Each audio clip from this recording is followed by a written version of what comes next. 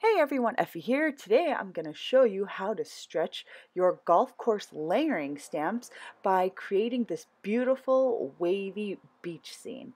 The waves in this two stamp set bundle is comprised of 3 layers. So I'm going to go ahead and stamp all 3 layers in our Cali blue dye ink, Cobalt Breeze, and Parisian blue dye inks. And I'm just going to layer all 3 images on top of each other onto some regular white cardstock. For the last 2 layers, I'm just going to use my mini Misty to help me position the stamps.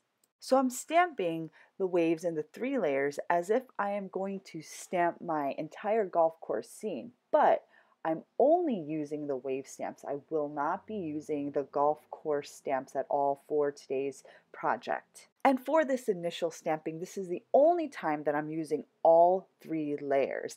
After I finish stamping these 3 layers in the 3 dye inks, I'm just going to take the first layer stamp, and this is what I'm going to be using to create my beach scene. So I inked up the first layer wave stamp with our Cali Blue dye ink, and then I just dabbed the edges with a paper towel just so that there aren't any hard edges once I stamp. And I flipped my panel, or rather I turned my panel over, and I just started stamping the image right onto my panel. And you want to kind of move that stamp around so that you don't have the waves in a repeating pattern. You kind of want to move it to the side, and you want to experiment to get a more realistic look and feel. And the great thing about this design is that it is very forgiving, because generally waves are really random and noisy. You have crashing waves, so you don't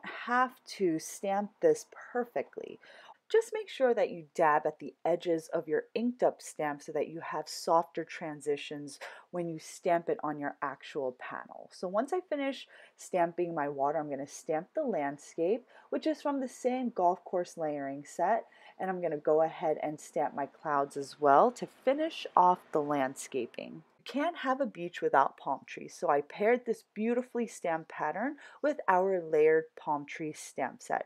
I inked up the palm leaves using our Garden Mini dye inks. These are adorable cubes of inks that we have in layering coordinated green inks. And I just went ahead and stamped these freehand using my acrylic block. You don't really need a stamp positioning tool for this set, because this design is also very forgiving.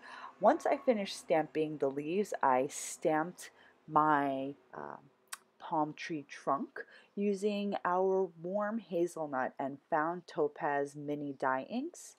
And then I die cut my palm trees using their coordinating dies. Now you don't see it on camera, but I actually did stamp a second palm tree.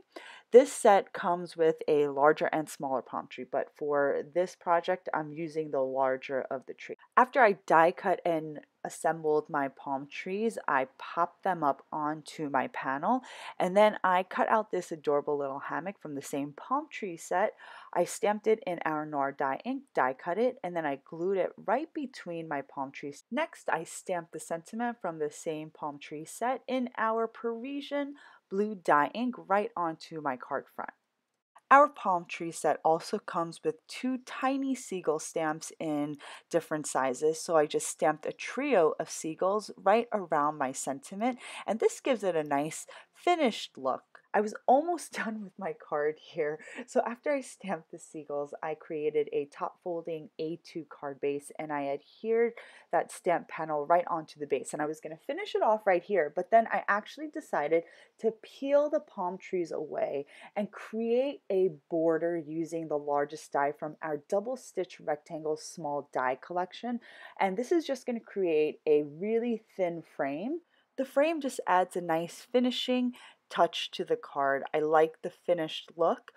So once I die cut the thin frame, I just added narrow strips of dimensional foam tape, and I adhered it right onto the base, and I adhered my palm trees. And I love the look of the palm trees coming off the panel. So it kind of looks like a postcard.